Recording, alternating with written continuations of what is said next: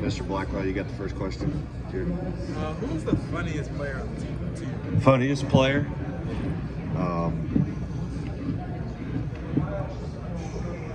Funniest player on the team? No, oh, you'd think it's yourself? Probably is. Probably is. Used to not be funny, but you are now. Wow. Who's the ugliest on the team?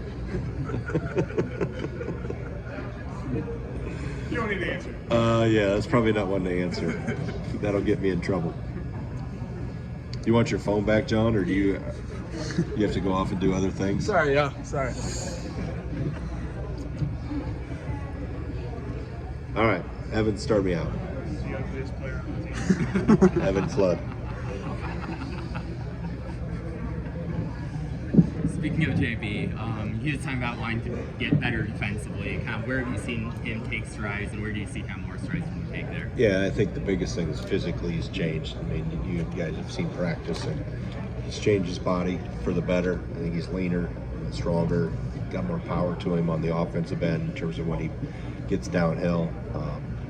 And I think the experience, anytime you can, keep adding rings to your tree, so to speak, as he gets older, those things all help. So I think that's the biggest thing with him is how he's improved physically, and then taking advantage of the experience he's able to get. He played a lot as a freshman, played even more as a sophomore, and now it's his time. As I always tell the guys, you're out of halftime of your career. It's time to take a big jump, and I think he's ready to do that.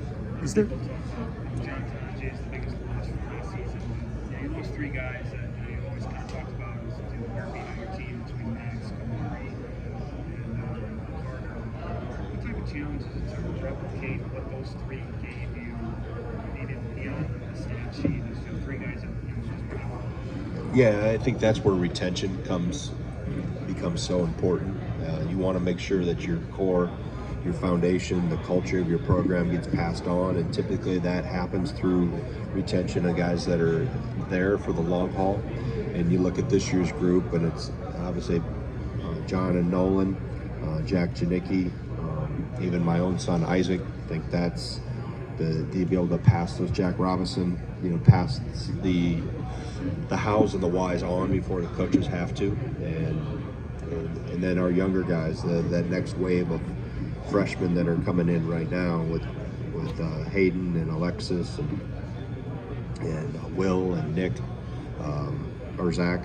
That'll be the next group that kind of carries the torch forward, so to speak. So the retention really. Oh, that's a real turnover there. You all right without the light? All right. That's the important part of that fabric of it. And each team is going to take on its own identity. I don't want to get caught up in the comparison game of last year to what this year will be, because the team is built a little differently. Different people, different personalities. But the retention of the core is really important. And we're able to obviously do that with specifically Nolan, John, and Jack. We talked to the young players a little bit about maybe the offensive core, maybe shooting more threes, playing a little faster. How do you balance the defensive side of that effort? Well, defense is important. They understand that. You can't have one without the other. We were still last year third in the league defensively, I think 24th nationally. That needs to climb towards the top 10 is where we'd like to have that, and keep the offense towards the top 10. Then you've got a legit shot to play, deep into March. You're a Final Four on paper. That's analytically what a Final Four team looks like. So that's the ultimate goal, is to build a team and grow a team to get to that. But those things defensively, that's where I think the experience of our portal guys coming in, I've noticed is Boyd, Carrington, they understand that because they've been around college a little bit longer than others, so they've been able to help kind of bridge that gap, so to speak, as we get better defensively. I think we're a little more mobile. We're bigger across the board, not only at the you think big, you think, well, how big are our 4s and 5s? Well, we're big across the board at the other places too, on the wings and at the guard. So all those things can tie together to help make you better defensively. Even that 25th ranked defense, it was a steady progression to get there. I guess, how do you set the floor a little bit higher earlier in the year where you're not climbing the entire season to make up, I guess, defensive metrics? Yeah, I mean, it's once you get into the game environments, it's a matter of being able to be consistent defensively, and it's going to change because you see, just the trend in college basketball. It's scoring, right? Offense is everywhere. Ours has taken a seismic jump, but I think you've seen that across the board. Offense is really focused on, and so what's going to take the downfall? The teams are scoring more, so you're probably going to give up. Even you're scoring more. The possessions are up. They call more fouls, so teams are scoring more points, free throw line. So it's analytically, I think for us, looking at how we can really turn the screws is be better in defensive transition, and then be better at taking away threes. And I think we got better as the season went on in affecting three-point shooting, and you still have to be able to do that without fouling, right? We don't want to put teams at the line, but transition defense and taking away the threes are really an important part of what we want to do defensively, because we've noticed when we've had the breakdowns, those are usually the two things that pop out more consistently than other things. Greg, both John and Nolan had strong things to say about the approach of this freshman group. What has really stood out about their maturity and professionalism so far? Yeah, well, I mean, Hayden and Alexis come from a situation where I've always thought, and it's come to be true, that the international experience they get at such a young age and the development they get puts them ahead of a normal 18 or 19-year-old in terms of what maybe athletes in the U.S. come through. But then you look at Zach and Will, a very mature freshman group, I think physically, but also mentally. I think they understand the big picture. They understand they're here for the right reasons, and that goes back to who you recruit as freshmen. In today's world of the transient nature of the portal, you have to really make sure we're intentional with who we bring in through the portal, but we're also really intentional on who we bring in as freshmen, because they have to understand and want to be at Wisconsin for the right reasons, and that at that age it's not transactional.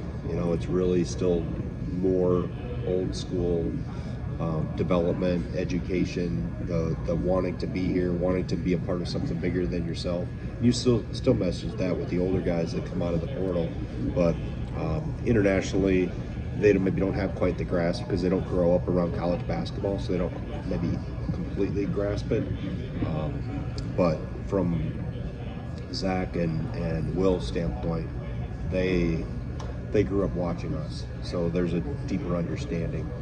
But that group of four is, I think they're going to help us this year. In what capacity we will is yet to be seen, but those four as your youngest guys on your roster is a pretty good position to be in. Mr. Blackwell? Last question. If you had to say, who on the team would you not let babysit your child? Oh man, who would I not let babysit my child? I'm trying to go around the room.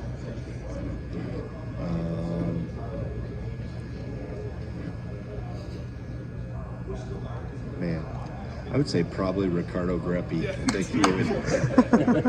I think he'd get. Did you have that guess, Nolan? You guys? Okay, so I answered the question right. Yeah.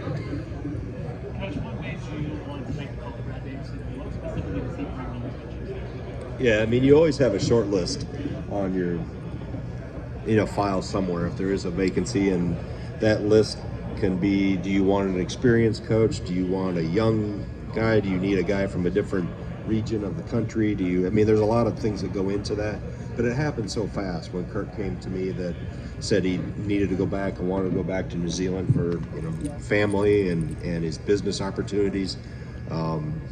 We knew we were going to have to move. We were 2 days from starting practice when he told me. So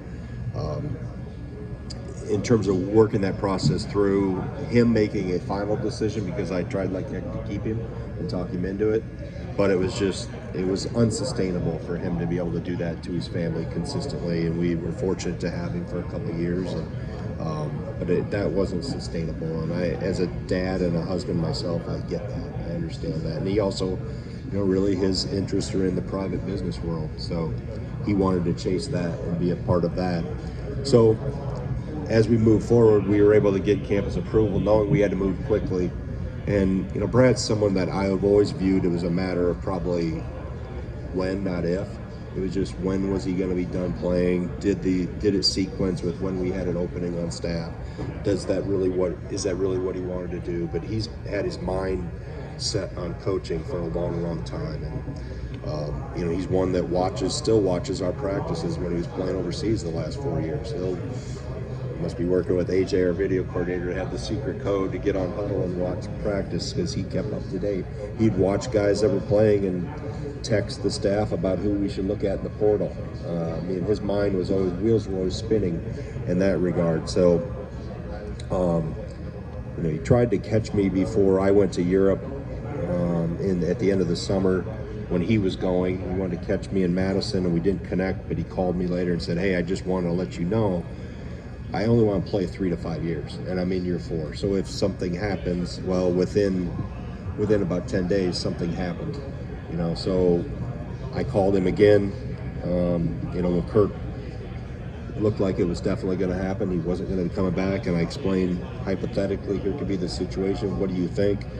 And there was no hesitation in Brad and what he wanted to do.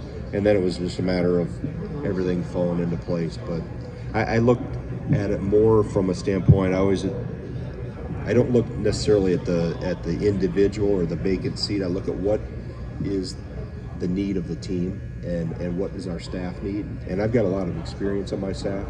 I've got a former head coach in Lance. I've got a guy that's had a ton of experience with me and Joe. Sharif, Greg's been in the NBA and has done a really good job in the development side. What I felt really was going to help us the most was go with somebody youthful and full of energy and really bring the juice. And so that's how it happened. I think Kurt officially resigned on a Friday. I called Brad, said, "Hey, are you in? You do this?" He said, "Yeah, I want to play my first game on Saturday." So he played it on Saturday, retired on Sunday, packed on Monday, flew on Tuesday, was in Madison by Wednesday or Thursday. So it's as fast as transition and as smooth a transition as I've ever had. We were obviously our feet were to the fire because we went through a week of practice minus one coach, and I didn't want to do that very long if I had to. So we need boots on the ground and people there that are ready to help our guys, and so it moved quick. Greg, when you watch practice and you see Brad getting after people, grabbing down people on screens, them having to finish over a 7-footer like Greg's teams, do you see this having a positive effect on just the individual skill development of your team, maybe versus them just going against the same guys every day? Well, I think the thing that all those guys bring, and they bring it in different categories, but the common denominator, they've all sat in the player's seat. They've been in their shoes, and I think that's what's been. And they've been in their shoes at Wisconsin. I think there's an investment that's deeper than most. When you're a former player at your alma mater as a coach, there's a pride that comes with it. Brad, obviously, because he's younger, he's only 26 years old, can move up and down a little bit better than maybe Kravinoff or Steamsman or anybody else can, Sharif. But I think more than anything, it's the fact that they've lived the life that the Blackwells and the Winters and the Janickis are going through right now, and that really, our current players can really lean into them, and they can help. Our coaches can really help our players when they go through a rough time, when they go through great times, and the pride that I watch our staff have in the university and in our program. They know what makes Wisconsin successful, and they know what we have to avoid, that would lead us down the wrong path, what doesn't work at Wisconsin. So I'm fortunate to have, like I said, really good coaches that are deeply invested in our program and take a lot of pride in wearing that jersey because they wore it themselves, and that rubs off on our players. Our players feel that from our coaches, and they see it and they hear it every single day. So it's a huge benefit. I tell our players all the time, you don't know how lucky you are to have these guys in the back here that are here to help you, and they've been where you want to go. You know, a lot of those guys have played professionally in some way or shape or form, but also more importantly, they've sat in the locker room. You know, they've played at XYZ Arena. They've helped hang banners in this place. You know, learn from them, and they'll help you a lot. Greg, kind of going off Evan's question a little bit, but focusing on Davison, I know it's very early, but maybe down the line with his recent playing time, experience with the Badgers, vibrant personality, could you see him making a pretty good impact on the recruiting trail as well at some point? Yes, he already is. He already is. I mean, he's 26 in age, but he's much more. His mind is much more experienced. His eye for the game, his personality is through the roof. And the first time I met him, he was like a freshman in high school, and he sought me out during one of our team camps. You know, he has that awesome personality that you want. I think he wasn't liked by the opposition as a player, but man, he was respected. I've had more people come to me and just rave about how they loved watching him play, and they were coaching against him, and he was born to be a coach. You know, I think that's his calling, and he knows it, and I think he's going to be a tremendous asset. Our players are already, first day, they were coming to me, the guys that hadn't known him, it's like, man, he's awesome. I said, yeah, I told you. I mean, yeah, he's learning, he's growing. I've told him, you know, ask a lot of questions. Hey, we were all at that stage in our career at one point in time, and I had people that helped me, and it's our duty to help him. But I'd rather have a guy that's just raring to go than having somebody I have to wind up. I don't have to touch his motor at all. Like he's ready to go 24/7. You've talked about the schedule and how it falls into place and what that tells you about your group, and ending at Purdue, that means a lot about how you guys are viewed. I guess twice the amount of national televised games, I guess, does that mean anything? And just like that how we've gotten more. Yeah, I mean, our coverage is up. I was told that last night. I don't really pay attention to that all this, but they said our national coverage is up quite a bit from last year. You know, the national media I've talked to here, I think I've sensed a tremendous buzz in Madison. I think those that have been in practice and around this summer and have seen us get that, because you've seen us with your own eyes, and it's starting to trickle nationally. I'm getting more and more people that are understanding, I think, and grasping what we have and what we could be. Because the last few seasons, the outside expectations have started a little bit lower, and you've outplayed them. I guess, does this change anything about kind of the vibe of the team, or like is it all just kind of outside? It's outside. I mean, this group, I've sensed this from the summer. They're fearless, they're bold, they're extremely confident. They know they're good. You still got to play the games. You got to play health. You got to stay healthy. I mean, all the preseason stuff and the buzz, that's great. It gets eyeballs on our sport. It draws viewers, but you still got to go play the games. You know, so that's what we're in preparation to do, and it's not changing any preseason. This or that won't change our approach.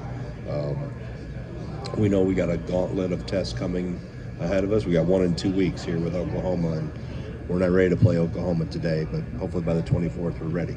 With that announcement, you also have the tip times, a 10 p.m. Central Time game at Oregon. We do? Yeah. It's 10 p.m. 8 p.m. Pacific Time, but 10 o'clock Really? Central Time. Okay. I didn't. Like I told you, I wasn't lying. I don't look at networks or times until we get to go play it. And then I'm like, be complaining. Why are we playing at 10 p.m.? Well, do you have any early thoughts on some of those maybe later? There's a lot of things in life you can control. That's one you can't. So I don't get wrapped up in things you can't control. Can't control tip times. Can't control the weather. Can't control if my wife makes me dinner or not. So I try not to lose any sleep or worry about tip times. Got to play the game because it's the same time for the other team too. And we'll be out there, so we'll travel enough in advance. I don't know if we play Oregon first or Washington first. Oregon. it's I think. Oregon, and then Washington. I think so. Yeah. Okay. Well, either way, we'll be out there in advance, and hey, they're playing college basketball on a chartered plane in front of a national audience. It's first world problems. If tip times is your biggest worry in life, you got things pretty good. So we'll be okay. Question about something you can control. Nolan talked about adding smart weight. What do you think that kind of adds to his game? Yeah, I mean it adds a ability to be consistently dominant. And I always say over his first 2 years, you need a bigger hammer. You can't go into a sledgehammer fight with a tack hammer, and he's been able to add good weight, like you mentioned, smart weight. He's done that, and I think that'll help not only his. I've noticed him be much more dominant and willing to initiate contact, specifically around the rim. And then I think that'll help because it's a long season. The duration of the season, the grind of the season, will help him be able to sustain that. And that's the key: is continue to add the good weight and then hold the good weight. Because the length, sometimes the season, specifically with bigger guys, it can drain their tank. So it's important for him from a diet and a nutrition standpoint, and a hydration and rest, that he understands and grasps the big picture of this, the long haul, and do the things now that can help his body. And we get to January, February, March.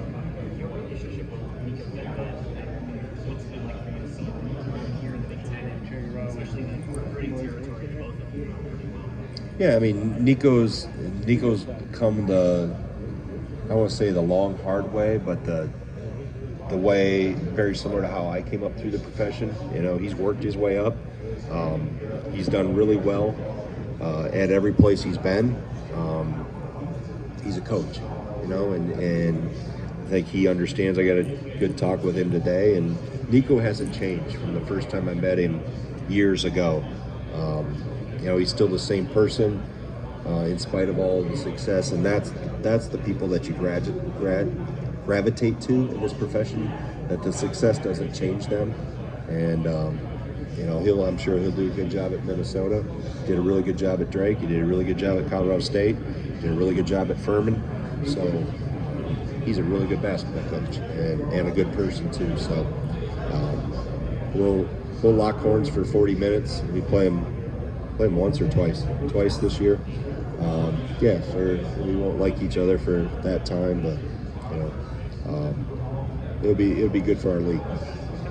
Landscape, I think it's safe to say it's a lot less advantageous to high school players than it was before, and the transfer portal is going to affect your bottom line in terms of wins and losses more than anything. I know there's obviously some exceptions to the rule in every cycle. How do you kind of just want to approach high school recruiting going forward, knowing that the kid may be ready today or the next several months, but at the same time, right now, you don't even know who's going to be on your roster next year and what your needs are? Yeah, it's a balance that we talk about as a staff almost every day, and you don't know who's gonna be back. And now with the roster limitations, we just can't throw things at the wall and see what sticks, and recruit with such a wide net and just take anybody. We have to be really intentional, and you have to make sure you have the right, the people with the right mindset that want to be here, specifically from a high school standpoint, because the hill to climb is a little harder because you have more older players typically on your roster, whether it be portal players or whether it be international. They're coming with some experience and some age to them that experience typically wins. And you want to stay as mature and as experienced and as old as you can. So you're affecting the bottom line too, as we look through a salary or a salary cap. How do you build your team? And it's typically from the top down. You want to make sure you got to know who your real horses are and going to be, and where your needs are, and then you kind of build from there. And I think we'll sign 2 here next month for sure. Not opposed to taking another high school player in this class, but we're really focused a lot on the 27 class, and in our state, it's a deep class. It's as deep as it's been in a while, and we won't be able to take all of them.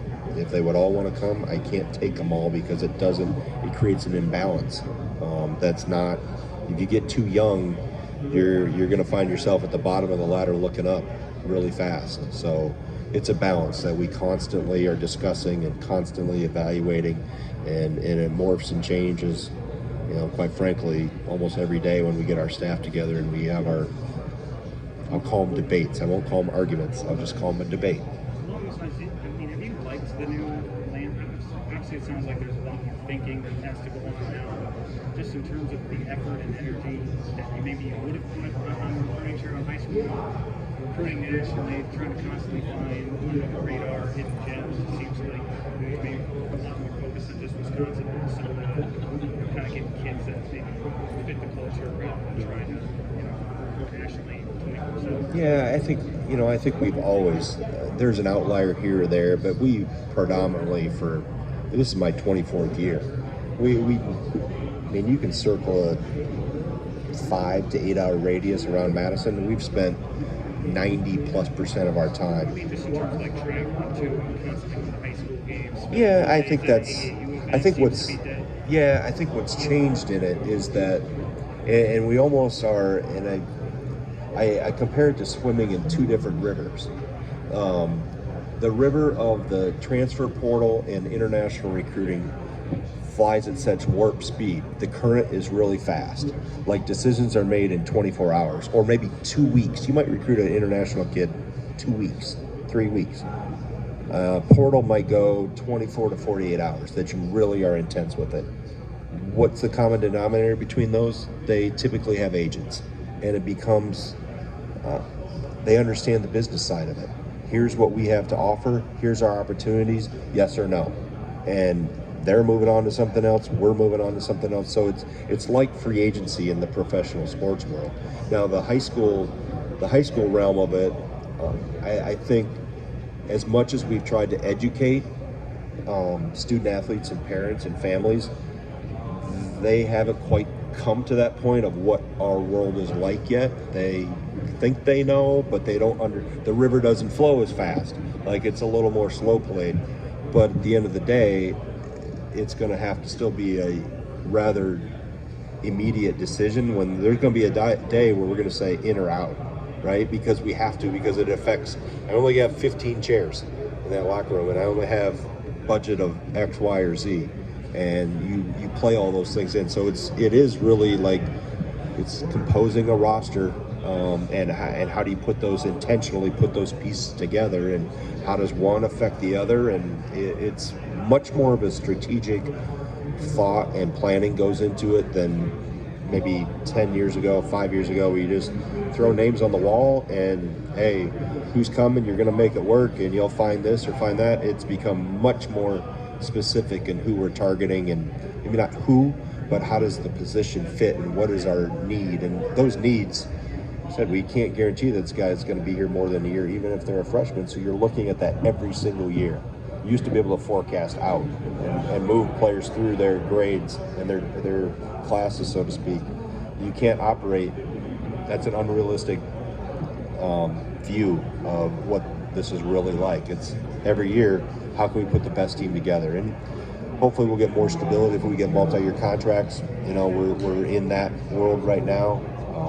But right now, we're evaluating 1 year at a time. For the freshmen that you have and are in your development program, how do you navigate the need to bring in experience and technically recruit over them? I guess, is that a communication that you need to have with? Yeah, you look at, you're looking at how you're constantly evaluating them too. Are they ready to slide into, for lack of a better term, we have boxes, and if you're in the top box, there's 5 boxes across the board.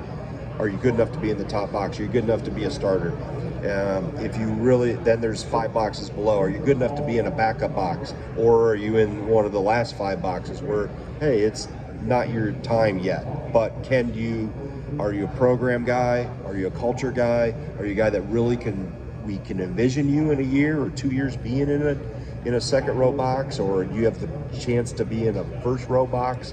So that's kind of how we look at it in terms of evaluating, and you're constantly evaluating. I like to give high school players, freshmen, we're in the process of signing them specifically to multi-year contracts to know that, to tell them that we're committed to them. We're not going to throw them out after 1 year, right? I want to commit to your development, and the best way for us to do that is to be in the position to do multi-year contracts and commit to more than 1 year to them, knowing that being a freshman is hard. Like, as good as Garlock and Kinzinger and Jones and Belauskas are, being a freshman is hard. There's a whole new world they're learning right now. And I want to make sure those people that are in that position that are coming through high school, and that we don't want this to be a one-stop and just a layover. If we're coming after you and we want you here, it's for the long haul. And that's the way we found that we can really put that, so to speak, in writing. So the multi-year contracts is something that could happen as soon as this upcoming class for the freshmen coming in, or? Yeah, it varies from player to player. Sure. Some players aren't interested in it. Some won't. There's been those discussions with upperclassmen over the years too, and sometimes just because of how the landscape is constantly shifting, that a multi-year, and we don't know. That was prior to rev share being put in place. How does this landscape all change around? What are the opportunities? So, like I said, we're all walking, coaches, players, front office, whatever you want to call it. We're all kind of in uncharted water, learning and adapting as we go. Coach, can you talk about the depth of shooting on this team? Could this be maybe one of the better shooting teams you've had? Well, it's a deep team. We got to be able to make shots, obviously, when the lights are on. I like the skill level of this group. I think that we have a lot of versatility. We're big across the board. Not just at our post position, but and it's we like multi-dimensional players. You got to be able to dribble, pass, and shoot. And I think this group, from 7-footers down to point guards, are all pretty highly skilled, and they all have their own little unique thing that they can bring to the table that they can help this team. Thank you very much. All good? All right, thank you.